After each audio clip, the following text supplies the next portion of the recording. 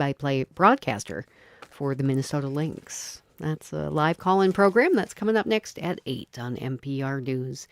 Clouds tonight in the metro. It's going to get cold. Temperatures dropping to the upper 30s. Likely some rain early tomorrow morning. Looks like we should see more sunshine in the afternoon. High temperatures tomorrow in the low 50s on Wednesday. Highs in the 40s.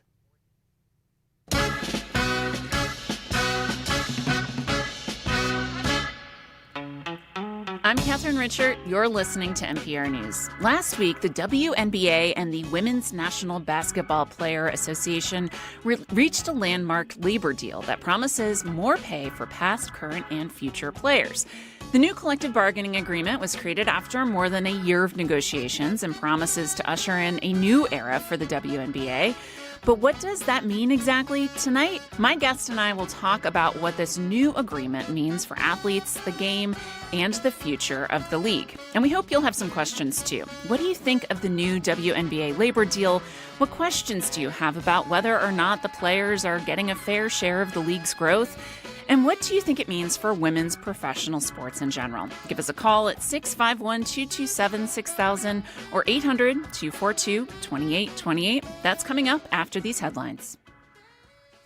Live from NPR News in Washington, I'm Ryland Barton. Lines at major airport security checkpoints are starting to shrink. As Marlon Hyde of member station WABE reports, Transportation Security Administration officers are beginning to receive paychecks after President Trump signed a memo ordering the Department of Homeland Security to pay them. After days of long security lines at Atlanta Hartsfield-Jackson International Airport, a spokesperson says wait times are now under 10 minutes at all checkpoints. 65-year-old Carol Knowles just arrived back to Atlanta. She says the security lines look unrecognizable from last week. Well, I was getting ready to take some pictures myself. Like, is this the same airport?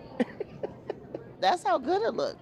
Immigration and Customs Enforcement officers are still around, even checking IDs at security checkpoints, with no word on when that deployment will end. The union representing TSA officers says that while employees are starting to receive pay for previous weeks, it is not everything they are owed. For NPR News, I'm Marlon Hyde in Atlanta. The FBI says an attack on a Detroit area synagogue earlier this month was an act of terrorism inspired by the Iran-backed militant group Hezbollah. Michigan Public Radio's Colin Jackson has more. On March 12th, a man armed with fireworks, gasoline, and weapons rammed his truck into Temple Israel in West Bloomfield. Ayman Ghazali exchanged gunfire with a security guard before fatally shooting himself. Federal agents say Ghazali had been posting and consuming pro-Hezbollah content online. U.S. Attorney Jerome Gorgon says it does not matter whether the attack was directed or inspired. There's no legal difference whether a Hezbollah commander called this man and said, go do this attack, or whether this man consumed Hezbollah propaganda and heeded the call within the propaganda to go do an attack. The FBI says it doesn't have any evidence of co-conspirators. For NPR News, I'm Colin Jackson in Detroit. Palestinians can now face the death penalty in Israel and its occupied territories, according to a new law passed by Israeli lawmakers. It's an initiative from Israel's far-right cabinet ministers that received the support of Prime Minister Benjamin Netanyahu, despite condemnation from European countries. NPR's Daniel Estrin reports. The new law makes the death penalty by hanging the default sentence for Palestinians convicted of killing Israelis in what Israel classifies as terrorism cases. Israel's far-right National Security Minister Itamar Ben-Gvir championed the law. He celebrated its passage, toasting with lawmakers. Critics say the law is written in a way to not impose the death penalty against Jewish Israelis convicted of killing Palestinians. The bill had drawn opposition among Israeli national security and foreign affairs officials. The UK, France, Germany, and Italy had urged Israel not to pass the law, calling it discriminatory. A civil rights group has already filed a court challenge. Daniel Estrin, NPR News, Tel Aviv. This is NPR News. Support for NPR comes from NPR stations. Other contributors include FJC, a foundation of donor-advised funds working to maximize the impact of charitable giving and to create customized philanthropic solutions. Learn more at fjc.org. For NPR News in the Twin Cities, I'm Elena C. The U.S. Department of Justice sued Minnesota today over policies that allow transgender athletes to play on teams consistent with their gender. Elizabeth Schachman has more. The DOJ contends Minnesota's Education Department and State High School League are violating Title IX by maintaining policies that allow transgender athletes to compete on teams consistent with their gender.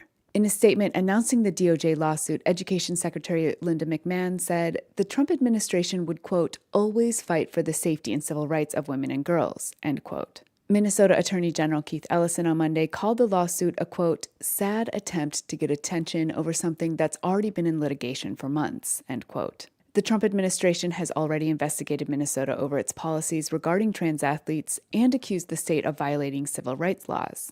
Last year, Ellison's office sued the Trump administration over its attempts to ban transgender athletes from female sports teams. I'm Elizabeth Schockman.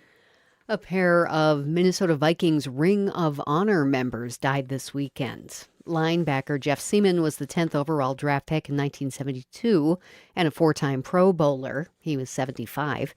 Safety Joey Browner was the 19th overall pick in 1983. He went to the Pro Bowl every year from 1985 through 1990, garnered 4 AP All-Pro selections from 1987 to 1990, and was named to the NFL 1980s All-Decade Team. Browner was 65. Not one, not two, but 3 weather systems are forecast to bring a messy mix of rain, ice, and snow to Minnesota this week. First up, a chance for snow and freezing drizzle in northern Minnesota overnight tonight and tomorrow morning, with some scattered showers and storms in the south. NPR meteorologist Sven Sundgaard says round 2 arrives midweek. Rain and snow develops late Wednesday into Wednesday night and Thursday, and because a lot of this precip is going to come in the overnight hours Wednesday night, colder air moving in, we're talking about potential for snow and ice, even in southern Minnesota and the Twin Cities. So we're going to have to watch for ice accumulation Wednesday night into Thursday morning, and I would anticipate at least some snowfall in central and southern Minnesota, a couple of inches possible. Round 3 brings another wintry mix to the region from Friday to Saturday. This is NPR News. Support comes from Ballard Spahr, a national law firm providing strategic legal services to guide businesses in Minnesota and throughout the country. Learn more about Ballard at Ballard Spahr, SPAHR.com. Ballard goes beyond.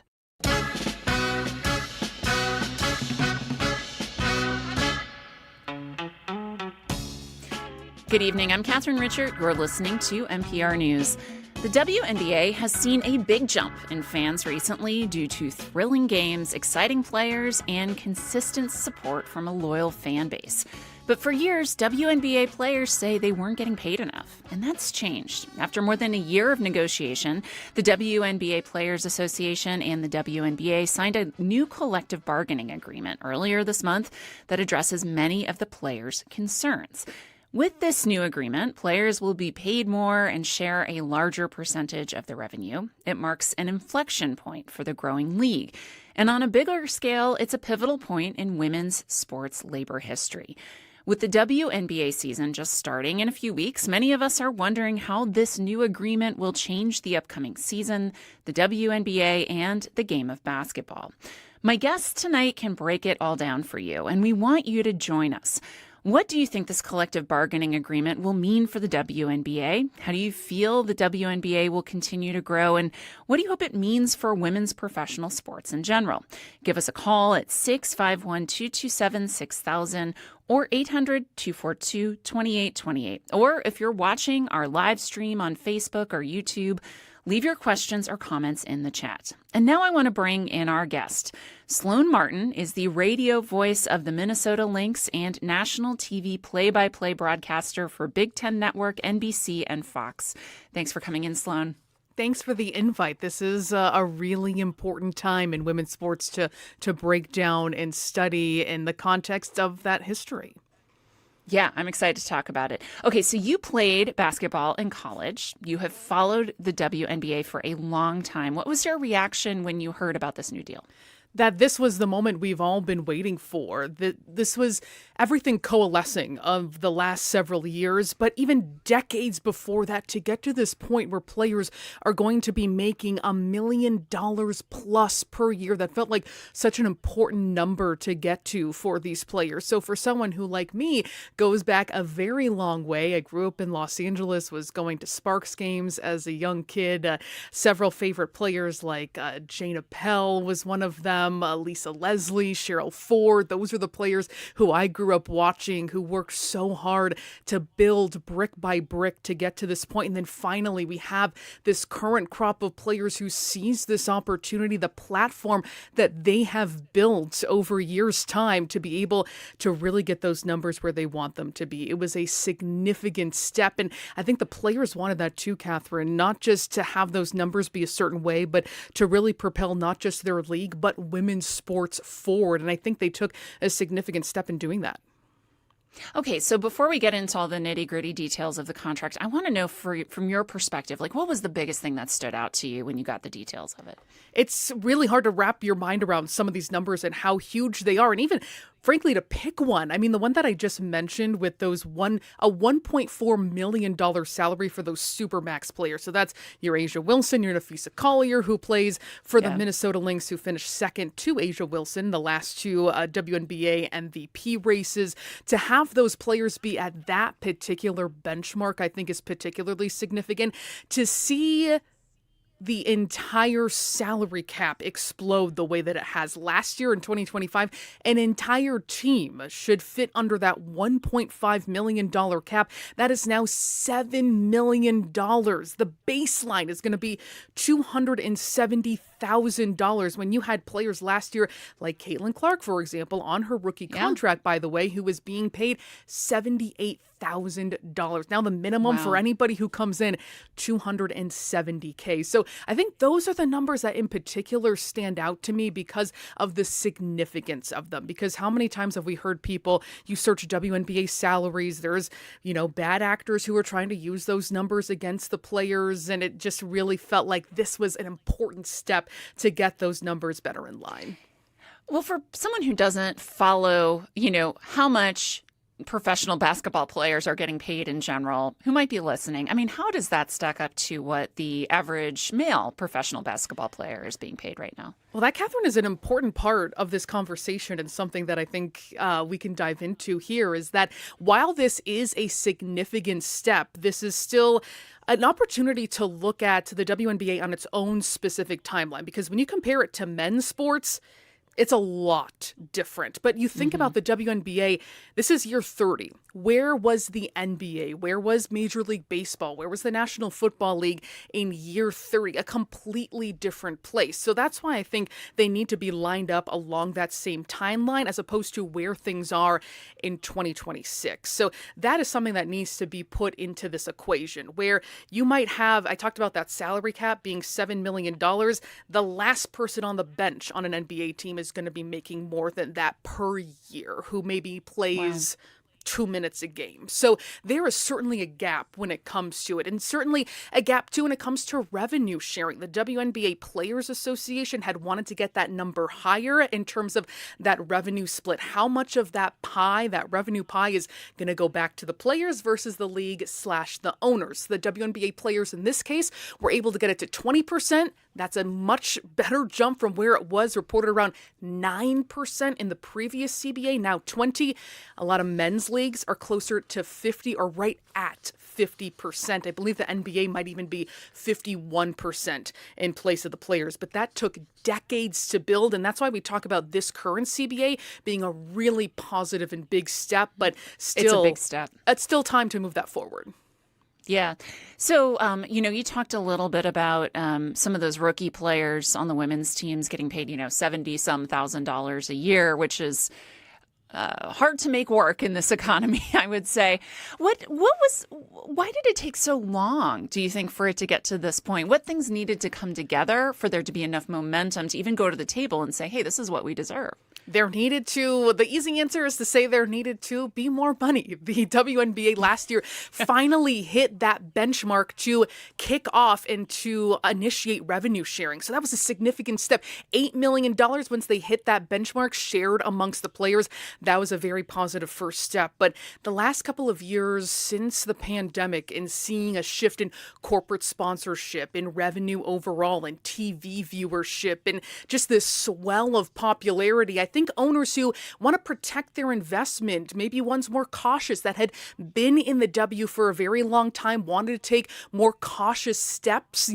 They support the players, but hey, we need to also protect what our investment is too, or maybe a little hesitant to move the needle forward very much as players wanted to at this point. But there was, at this certain situation, no arguing with what the league has been able to put up from a numbers perspective, from those different metrics that I mentioned. Attendance is another one too.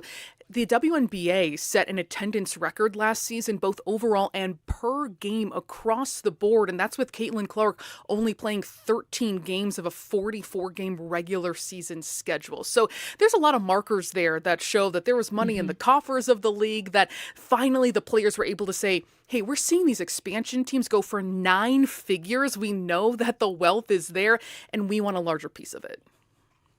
If you're just joining our conversation tonight, I'm talking with Sloane Martin, who's the radio voice of the Minnesota Lynx and national TV play-by-play broadcaster for Big Ten Network, NBC, and Fox. And we are talking about this landmark WNBA contract that was just agreed to earlier this month. More pay, more perks for those players on the WNBA. And we want you to know what you think of this agreement, how you think it will help the WNBA grow. If you're a fan, we want to hear from you too. And we want to know what you think it'll mean for the future of professional sports for women in general. Give us a call at 651-227-6000 or 800-242-2828. And if you're watching online, you can just leave a chat on Facebook or YouTube, and we will answer your questions on the air. Okay, so big jump in the average salary, that baseline salary. Besides that increased financial security, how will more money actually help players in the game as we know it? How do you think those sort of tangential benefits will look like here? There's so many other, I shouldn't say smaller aspects, but other details to this collective bargaining agreement. The fact that there's now required an extra physician for each team, and trainer, and a massage therapist. The list goes on in terms of expanding the staff that is available for these players to help them recover the best they can and play the best they can. This is something that also benefits fans as well. Certainly chartering, which started just last year, or 2024 rather, was a big step forward in helping players play better to get the most out of their bodies in a short window where they can really make the most out of their earning and income potential. When you say chartering, are you talking about the airplanes? That's is that right. what you're referring to? Yes. So explain more. I mean, why is that important? Yeah, no commercial flying for these players anymore. So think about your own experiences going through airports. There's a lot of waiting. It's uncomfortable. I'm 6 feet tall, and I've seen Sylvia Fowles fold herself into a Delta Comfort Plus seat when I was a radio broadcaster. In 2019, there's only so many those seats that can go around for players whose legs are extremely long, and you have to also go through the crowds of people. You're traveling during the summer, which is the busiest time of year in airports too. That kind of toll really can add up for players when recovery is so important, where their bodies are machines, they are their instruments, and how they make money. So to protect that as much as possible, get recovery and balance as much as possible, that's going to improve the product on the floor as well. So having those kinds of better institutions, there's now a baseline that teams have to meet for practice facilities as well. So that's raising the bar across the board, where you need to have certain aspects in your facility when it comes to that care, nutrition, and recovery. That's going to be across the board required. So all those things are going to add up for these players to play better. And the eventual goal for the WNBA, and this is already, the wheels were in motion in the last CBA, to have players play here primarily because they're making enough. They will no longer need to go play overseas and get more mileage on their bodies. And then they're tired once they get back here stateside to play with their WNBA teams, not having to go to, previously, Russia would have been one of those main locations, but Turkey or anywhere else around the globe that is paying 7-figure salaries, and they hope that players are going to play here and specialize, and that's going to improve the product in the game as well.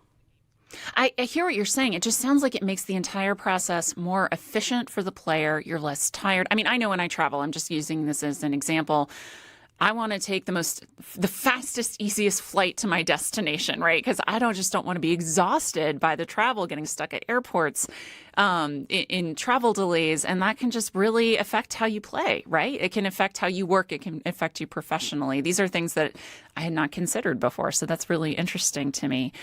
And you travel with the Lynx. I mean, what are you hearing from the team and from the people around them about this contract? Are they happy with it?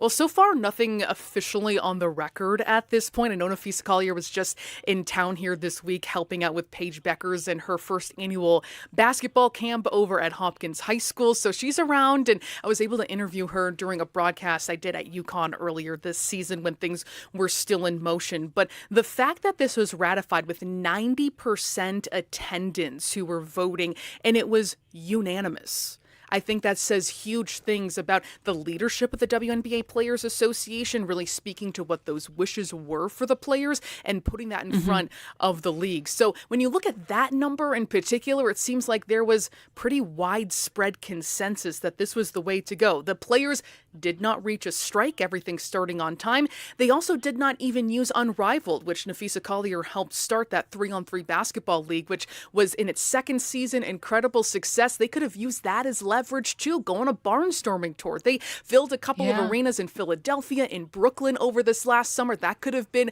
a bargaining piece as well, but they were able to come to the table and I think pretty clearly get what they were looking for in the right direction.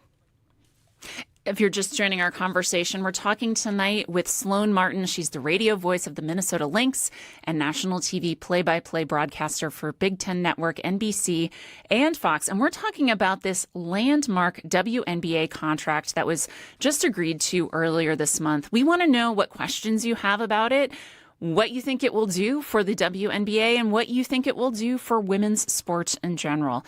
Give us a call at 651-227-6000 or 800-242-2828. And if you're watching online, leave your questions and comments in our comments section on Facebook and YouTube, and we will answer them on the air. We have David in Brooklyn Park on the line. David, what do you want to share with us tonight?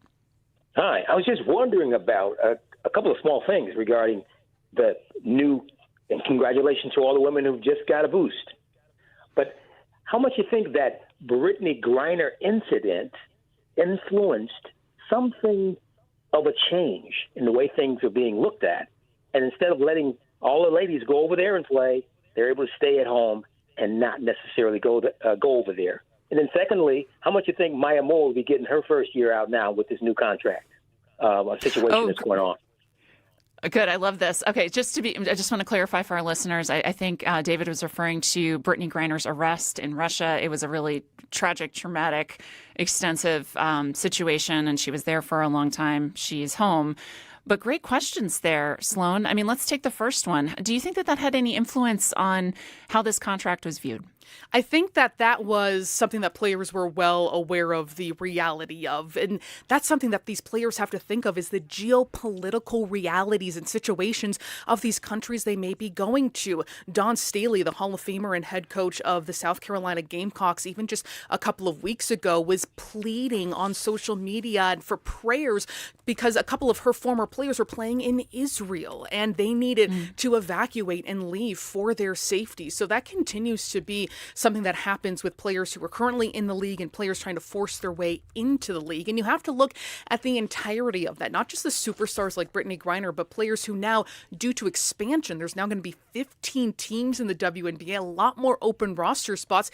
You have to consider those type of players who are going to be coming in, needing that income coming from overseas. I will say I don't know how much it would affect this particular labor negotiations. I think this has been in motion preceding that event. Certainly players are not going to Russia anymore. I can think of one off the top of my head, just due to the money that she's able to make there that continues to go to that country, but it's pretty much been wiped away when that was a premier destination for these players who, according to all accounts, Diana Taurasi, Sue Bird have talked about it, two Hall of Famers, our future Hall of Famers in this league, about how well they were treated there at Ekaterinburg and how well they competed with a lot of other American players over there. I think it really changed more the scope of where players were going, how they were getting their money overseas than this particular CBA negotiation. Okay, and I think David had a specific question about a player whose name is escaping me now. Maya Moore. If you were, yeah, Maya Moore. Tell us more about that. I could guarantee she would be getting that Supermax contract, that $1.4 million. She would be getting the Supermax contract since that was started in the previous CBA. She would potentially be the highest paid player on the entire team. Now, sometimes that changes. In fact, Asia Wilson, who is a multiple-time MVP for the Las Vegas Aces, was actually not the highest played player on the Aces last year. That was Jackie Young, her teammate. So she took a little bit of a pay cut to fit under that $1.5 million salary cap. But now that salary cap is wide open. But I think it is going to make some of the math complicated, Catherine, because if you look at a $7 million salary cap, let's say Nafisa Collier takes $1.4 million of that with the Supermax, the rest of the pieces are going to have to fit into place still underneath that cap. But when it comes to Maya Moore, if she was still playing, and not the only one that wishes she still was selfishly, but she would certainly be making the very top of the charts. Okay, I want to go next to Alan in St. Paul. Alan, what do you want to share with us? I would love to explore the conversation of the WNBA now, as you were talking earlier, to the NBA, at least of specifically 1979, with the addition of with Magic and Bird coming through that, right? Everything was tape delayed back then, and then those of us born in the 80s saw the NBA live, and WNBA ratings are way up, and that's due to the stars. But what's the correlation there that the logic dictated that they got the money would be my question, right? I think it's a really interesting comparison. I think a lot of fans and folks would think we're maybe entering into that era with players like Paige Beckers, Caitlin Clark, with Angel Reese, who have these outsized followings and personalities and have really a lot of success on the court as well. And they're all very young players. You might argue the three of them are the faces of the league right now because of the kind of fan gathering they've been able to garner throughout their young careers. And that's why I talk about it. It was an interesting point to bring out how important it is to evaluate the WNBA lined up on the timeline of where the NBA was 30 years in. I believe the NBA started in 1946. So you're talking about Magic and Bird coming in, that rivalry, and really lighting a fire with that league. And then I look a little bit later on with Jordan and those dynasty Bulls around 50 years in to the NBA, and how that to me was the start of the modern NBA and got to this point. Because we have to think about, too, we were talking about chartering, Catherine. That was not always the case in the NBA. It did take that spark like Magic and Bird to elevate the league. So the WNBA is indeed following those same steps and same trajectory of brick by brick, getting to that point, a big leap here, a tiny step there, and getting to where that success is sustainable as it is in these other men's leagues. Because when you look at those other metrics with the WNBA as well, their TV viewership is on par with NBA regular season games, certainly the NHL and Major League Baseball as well. That has started to line up. So things moving in the right direction, but that is a good point where we could possibly be looking back at this era of players that really level things up because of that fan interest, just like Larry Bird and Magic Johnson. Yeah. And Sloane, you and I were talking about college basketball right before we hopped on this show, and I shared that I grew up in Chapel Hill, North Carolina. I'm a diehard Tar Heels fan. I grew up, this is what we did in Chapel Hill. And you had the Michael Jordans. You had these really big names coming out of college teams.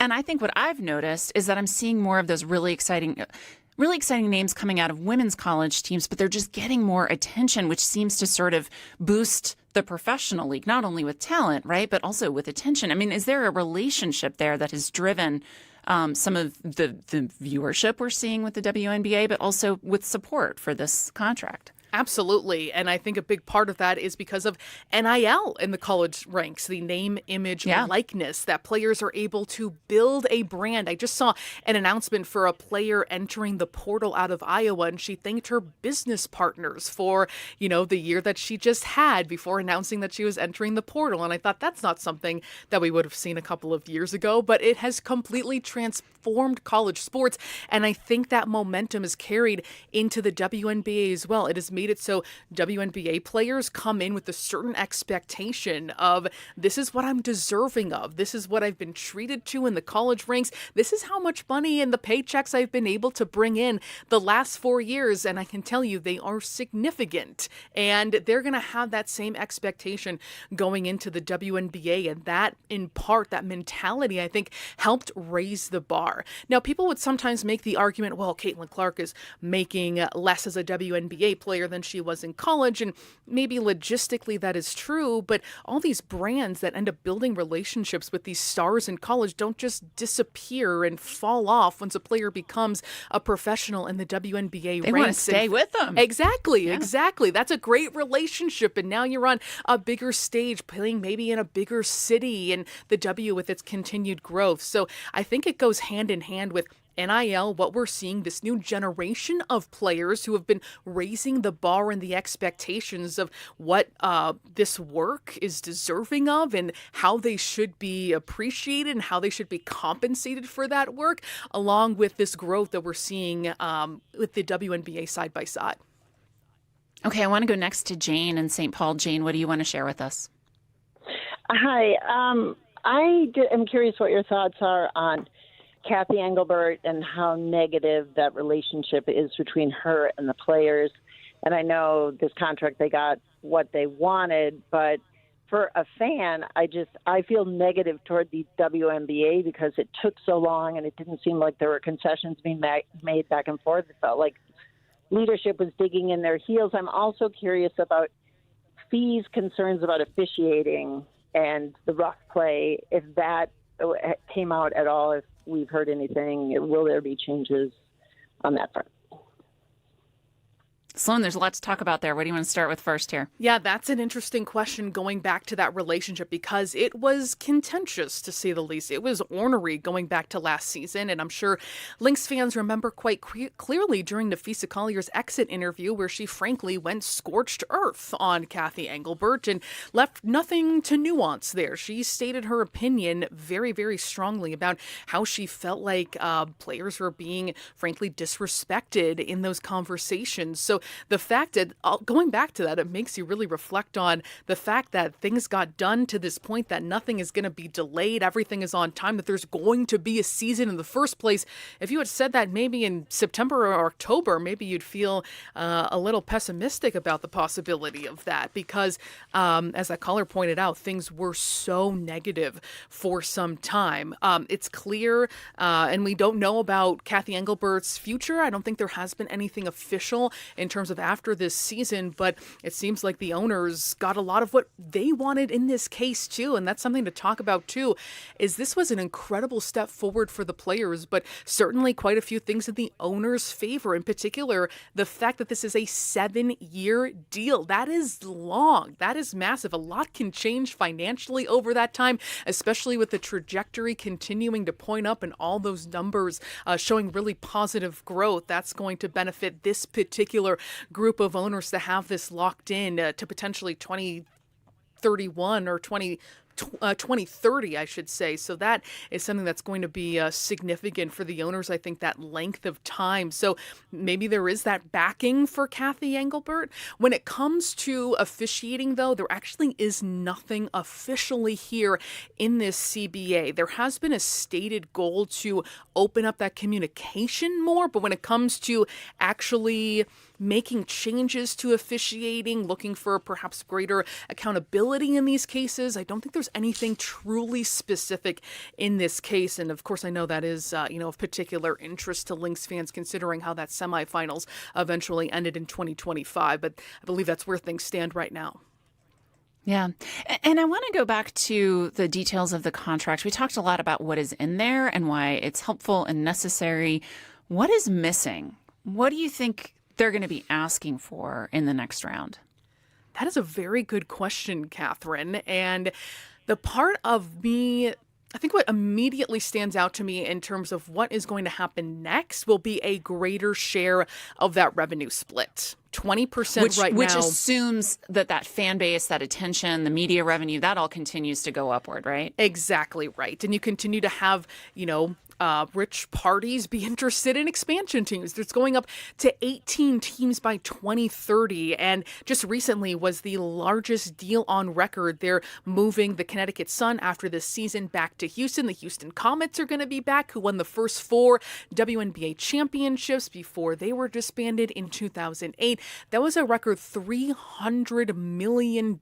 So that is the direction of where things are going right now in terms of valuations. The Golden State Valkyries, according to Sportico, valued at $500 million. So those numbers looking very strong right now. So assuming that all continues and this train continues on its tracks, I think that revenue split is what the players are going to be looking for. How can we continue to chisel away to get that closer to 50%? Because tying player compensation to what this league growth is, that's what they want. They say we are the authors of this league's success, the players and the product out on the floor, and we deserve to be greater beneficiaries of that. So I imagine that is going to be a significant stated goal in CBAs going forward. And if that's sort of the mentality that is behind it's like everyone has skin in the game, right? When you think of it that way, is that going to affect how players are being recruited out of college? Is it going to, sort of boost the pool of players on the college level to feed the teams that are really interested in just expanding their footprint? They absolutely are. And this is something that has gotten under the skin of WNBA fans for quite some time, where you have players who you love in college and then they end up not making a WNBA roster because it was basically 144 players. Think about how minuscule an amount that is, from the number of girls playing in high school, the women in college in Division I, the top teams, and then 144 in the world get to compete in this league. That's how hard it was to make a roster. That's how hard it was for first-round picks to stick around and make a roster in the first place, let alone to stick on a team for an entire year or longer. It was brutal and cutthroat. Now, there's a lot more spots to be brought up, which means these players who also are going to have platforms and followings are going to have at least a greater shot, a better percentage opportunity to make a WNBA team, because they're now going to move, as I mentioned, to 18 teams by 2030. There's going to be 15 here this upcoming WNBA season, and now mandated in the collective bargaining agreement, all teams are going to have 12 players. Sometimes teams would try and get away with having 11 to try and fit under that $1.5 million cap. Now they have to have 12 under that $7 million salary cap.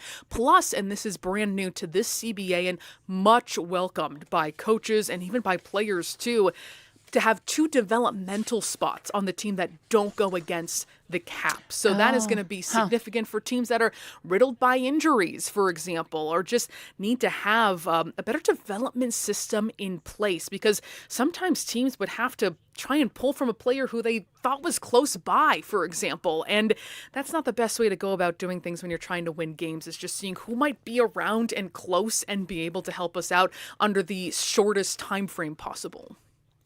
And I bet, too, with these new salaries, there are really good players out there who maybe just decided against a professional career out of the gate because they were like, I can't afford to not make, that salary is not going to support the life I need it to, too. So I can see how it's just going to sort of expand the pool of people, but also the places for people.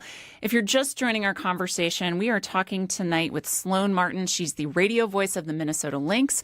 She is the national TV play-by-play broadcaster for the Big Ten Network, NBC, and Fox, and she's taking your questions about this landmark WNBA collective bargaining agreement. And we want you to call in with your questions. What do you want to know about it? How do you feel the WNBA will continue to grow? And what do you hope it will mean for women's professional sports in general? Give us a call at 651-227-6000 or 800-242-2828. Or if you're watching on Facebook or YouTube, you can just leave your comment or your question online and we will answer it on the air. Okay, we have Gretchen in Plymouth who's been waiting. Gretchen, what do you want to share with us? Yeah, just 2 quick shout-outs. First of all, thank you, WNBA players. This is truly landmark. Thank you, thank you. Also, a shout-out to just USA women's sports. When I think about the Olympics, look at the success that our USA women have had, whether it's soccer, women's basketball, ice hockey. When I think about the Olympics, the 2 names that I think most people in this country remember from Summer Olympics would be Simone Biles. Most recently, Alyssa Liu. Just think about the impact of these women in Suni sports. Lee in Minnesota. We gotta remember her too. Another shout out. Thank you. Yes. And then, so my question though is spillover. Do you think there's going to be a spillover effect to other women's leagues, corporate America? Just love to hear your thoughts on that. Thank you. Thank you, Gretchen. I mean, this is the question, Sloane. This is a big deal, and how will it affect other sports? Oh, absolutely. And I'm so glad that Gretchen brought that up, because I also came prepared, because this is exactly what is happening right now, which should be so exciting to all women's sports fans and all people who want to see gender equity achieved in athletics. And I'm actually reading from a Reuters article that just came out today, which basically says that wealthy investors, and I'm reading from it right now, increasingly turning to women's sports as a rare opportunity to tap into a fast-growing market at lower valuations, looking for stronger returns, where basically what you can get out of men's sports has maybe tapped out at this point. This is a brand new feeder for these wealthy organizations and groups that want to try and make money. They're finding that return in women's sports. Once considered underdevelopment, women's sports are gaining traction as rising media rights, sponsorships, and viewerships create a mix of low valuations and high growth potential. U.S. women's sports market expected to grow 16% annually, roughly 3 times faster than men's sports. And this is especially seen in the NWSL. $2 million was paid to start Angel City FC in Los Angeles in 2020. The new Atlanta franchise launching in 2028, $165 million. So the soccer league is a great example of seeing that growth side by side, just astronomical over the last couple of years. And that's why it's so hard to pin it on any particular person or moment, because it has been this widespread swell of popularity that is really having far-reaching ripple effects all across women's sports. I also think about when you look at WNBA teams, I mentioned that $300 million for that latest relocation back to the Houston area to become the Houston Comets. So the numbers are astronomical. That's going to affect salaries, of course, too. But it all goes along with, like that article stated, it is also the viewership. It is the corporate dollars and finding opportunities for these folks. And certainly there are people who get involved in women's sports who truly believe in the mission, who want to see it grow. But they also want to get that return on their money as well. And the fact that they're finding that in women's sports, I think, is so encouraging, because for so long, the narrative, Catherine, has been, oh, well, it's just propped up by the NBA. It wouldn't exist if it weren't for that help. It's just some kind of handout. It's become a thing of its own. Exactly. It's become its own identity. It is no longer a handout or a throw-in. And I even think in the WNBA, where Mark Davis was able to purchase the multi-time champion Las Vegas Aces for $2 million in 2021, that's just completely unheard of now. Yeah. Okay, we have Mitchell in Minneapolis who's been waiting. Mitchell, what do you want to share with us? Hi, Mitchell Hansen. Thank you. I'm a social worker in Minneapolis, and I think one thing that's incredibly frustrating and unnerving to me is the fact that Caitlin Clark, the hero and how amazing she is, would have qualified for Minneapolis affordable housing had she lived in Minneapolis with that salary. And to me, that is absolutely shocking and stunning and completely unacceptable. It sounds like, Mitchell, you feel like this has been a long time coming and you're happy to hear about it. Yes. Yes, that is accurate. I love how succinct you are. That's great. Well, I mean, Sloane, we have talked about how important these changes are just to allow these professional sports players to continue to do the sport well and to be their best self on the court. We haven't talked yet about this upcoming season and how it might affect players going into this season. So can you say more about, this is what, in a couple weeks where the season starts? Can you just say more about what we can expect to see here? Well, because so many players were waiting out what they were expecting and what certainly was a transformational CBA, there's about 100 free agents So no one knows what teams are going to look like and who's going to be playing where. And it might just be kind of a wild, wild west once that free agency officially comes into place. Starts April 7th. The draft is April 13th. There's also the expansion draft for the brand new teams in Portland and Toronto. That is on April 6th. So let's start there. The expansion draft is happening. This last happened last year with the Golden State Valkyries, who were the biggest success story you can find for an expansion team. I remember Cheryl Reeves saying on a couple of occasions, including in the first round of the WNBA playoffs when the Lynx and the Valkyries squared off, where she said, I feel bad for any expansion team coming after them because they set the bar so high. They packed their arena in San Francisco every single night. Amazing fan base. So it shows also with the brand new team stepping in what is potentially possible with a galvanized and really excited fan base, including for that Portland team, which is going back to a market that had frankly failed the first time around, the first iteration of the Portland Fire. So there's going to be an expansion draft coming up. Each team, including the Lynx, will be able to protect 5 players. But there's this interesting wrinkle where those teams, Toronto and Portland, will be able to select any unrestricted free agent and offer them the Supermax, but that's the only place they can get the Supermax. So would these two expansion teams be able to woo one of the biggest superstars in the league? That's going to be interesting to see, I think, under those current conditions. Then, as I mentioned, a free agency coming up, which I don't know how people like Cheryl Reeve are going to be doing it. My head's already spinning thinking about the possibilities. And I'm sure there's going to be a lot of teams that are maybe going to be running it back together. Certainly the very successful teams, but maybe things do end up getting pretty outrageous. It's very tough to say and to officially put your finger on exactly how things are going to pan out. And then, of course, the college and international draft happening on April 13th, where we see superstar players, and we don't know how exactly things are going to turn out, but AZ Fudd of Connecticut, Olivia Miles of TCU, Awa Pham, who is a player from Spain, Lauren Betts of UCLA might be in the mix for those top 5 picks. And don't forget, the Lynx are selecting 2nd overall. So that is a highly prized player. It's a good spot to be in. Exactly, who could be joining the Minnesota Lynx. And we don't know what direction they might go because this is a pretty good draft, especially right at the top. I think there is a top-heavy, I would say this is actually a pretty deep draft, but certainly at the top, I think quite strong on who's coming in.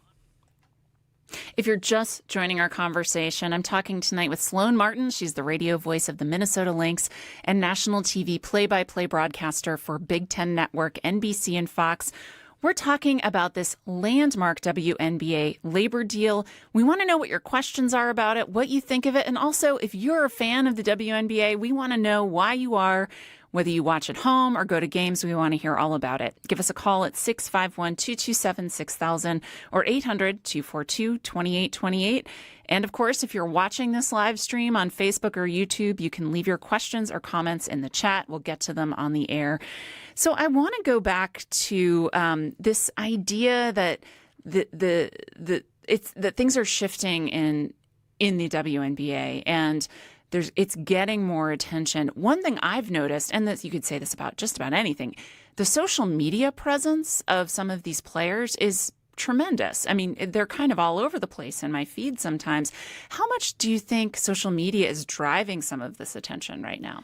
I think it might be the genesis of it, and it is certainly the driver at this point, too. I don't think that is hyperbolic to say that the social media aspect, especially during the pandemic and then creeping out of it, played such a huge role in the explosion of women's sports because, and I'm certainly no sociologist when it comes to this, but just from anecdotal data and what I've gleaned as someone who is firmly in this world of women's sports, college women's basketball, and the WNBA, where you have a lot of people who are just kind of have fewer activities in their lives during shutdown. And, as the pandemic continued to roll on, they're on their phones a lot. We see the proliferation of TikTok and short form content really taking over people's feeds. So they're able to see flashing highlights of Caitlin Clark's shots, of Paige Becker's passes. They're able to see and really connect with these players, I think, on a different level. And I think social media also started to change too, where it became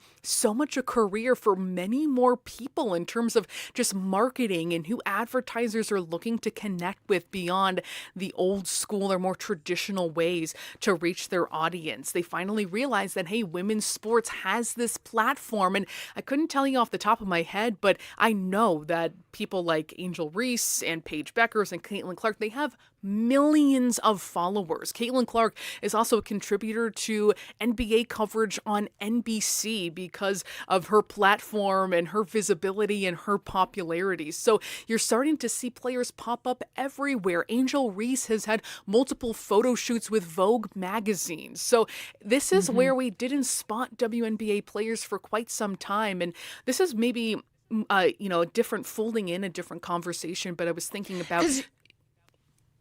Go ahead. I was just going to say, like, you're reaching new potential fans where they are, right? And I think especially of young women who just, maybe haven't seen themselves in some of these sports, right? Suddenly they're on the cover of Vogue and they get really interested. And they're like, oh, hey, she seems really cool.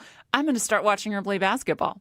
100%. And I don't know if it was for a long time people or advertisers, I'm not in that world, were maybe not interested in what they thought the WNBA fan base was or couldn't quite put their finger on what that fan base was. But they've certainly identified it and they see it and they see them as so much more than basketball players too, which I think is such an important distinction, that these women contain multitudes, that there's so much broad appeal that they're able to get on their side that I think would be so important to building those brands, building those relationships, and lining their own bank accounts too. We can't deny that that is a huge part of it, that players are now very wealthy, and maybe not so much, and obviously compared to NBA players, as we talked about earlier, in terms of what that salary is, but compared to previous generations, even just several years ago of major women's sports stars, where you had maybe athletes like Serena Williams who would be at the top of the charts, and then you wouldn't see many other women as those top earners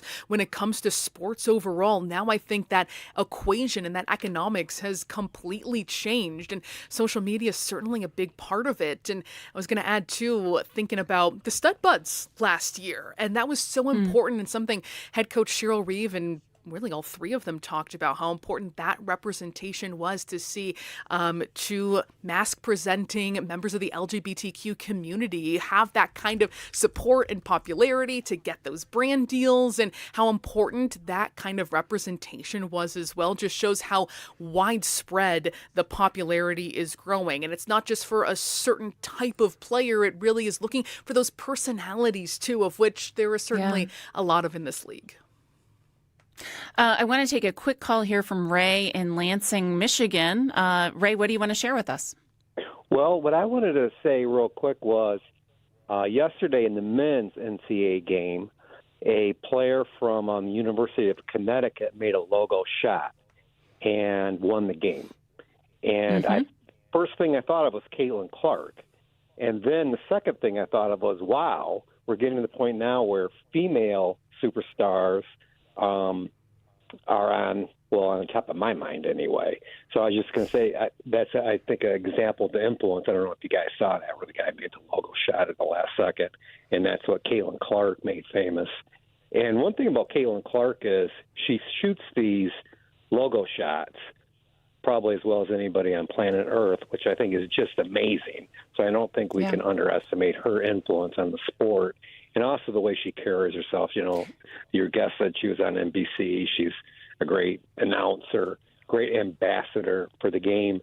And I really have a lot of high praise for all the good people in Minnesota. But I have one question. How did you guys let Paige get out of the state and go to UConn?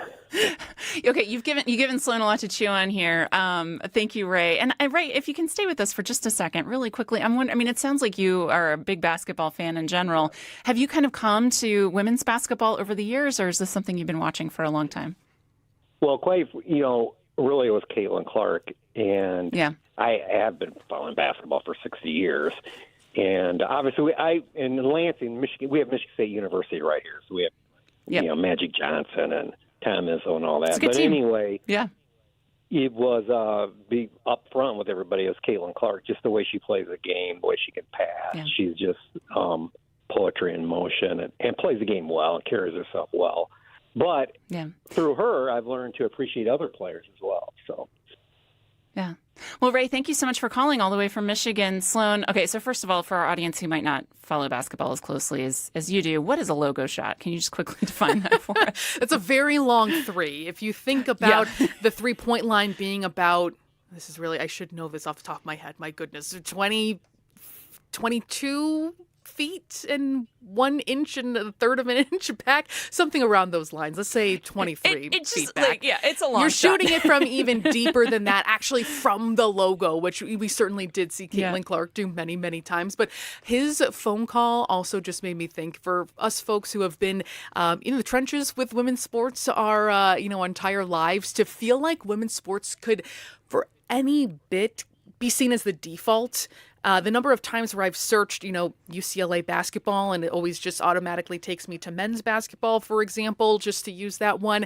To have women's sports be the default where you see a logo shot and you think of a woman, that is just music to our ears, certainly, when it comes to the long history of women's sports, certainly, and always feeling like you have to distinguish it in some way, whether it's through a Google search or in conversation or just what you imagine in your head, how we're conditioned or socialized to see women's sports. So that is very, very nice to see too.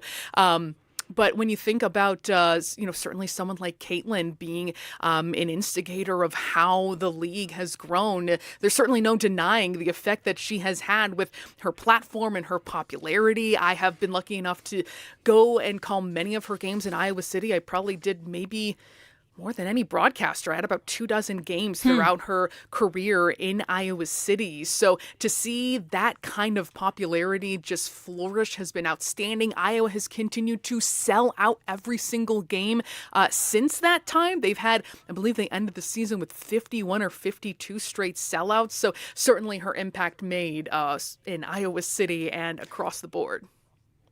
We only have a little bit of time left, Sloane, but I want to stick with this idea that I love what you just said about how when we think of these incredibly difficult shots to make, Ray in Lansing, Michigan is thinking about Caitlin Clark, who is already a legendary basketball player. That's where his mind is going.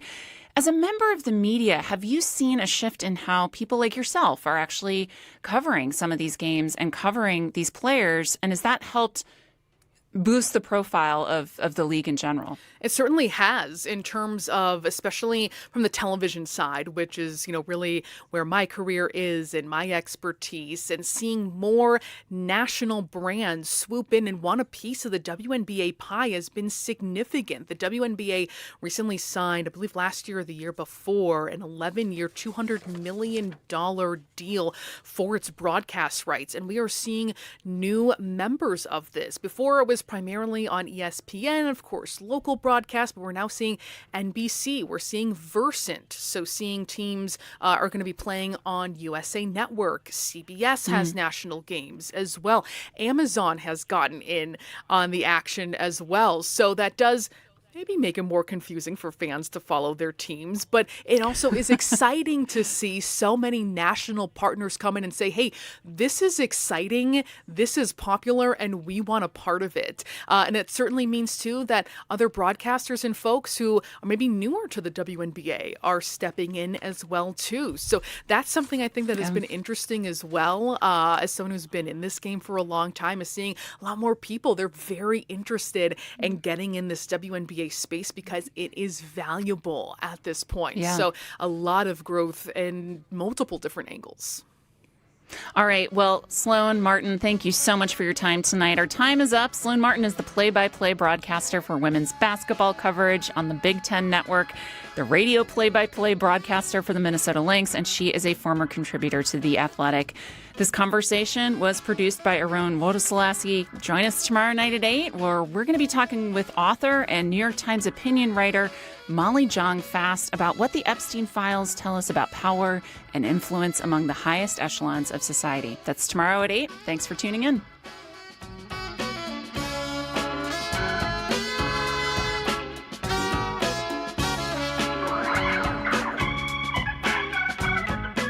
Support comes from GZA, offering 60 years of scientific engineering experience, helping solve complex problems for the legal and finance communities. More at gza.com. GZA, known for excellence built on trust. Support comes from Ray Camp Larson Architects, designing houses tailored to people and place for 25 years. By the water, on the land, and in the city. More at raycamplarson.com.